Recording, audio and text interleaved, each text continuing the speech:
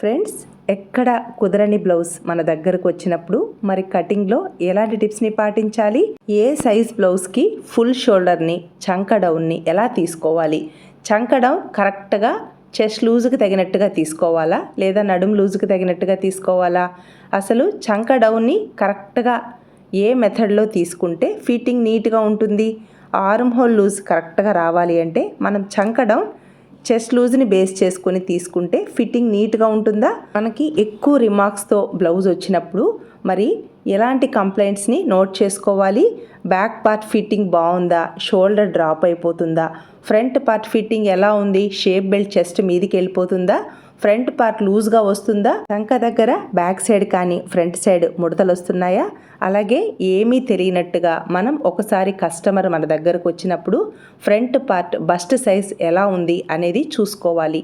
అలా బస్ట్ సైజుకి తగినట్టుగా క్లాత్ కరెక్ట్గా ఇవ్వాలి. చెస్ట్ మీదికి షేప్ బెల్ట్ వెళ్ళకుండా మన ఫ్రంట్ పార్ట్కి తగినట్టుగా క్లాత్ని డాట్స్ని మార్క్ చేసుకోవాలి.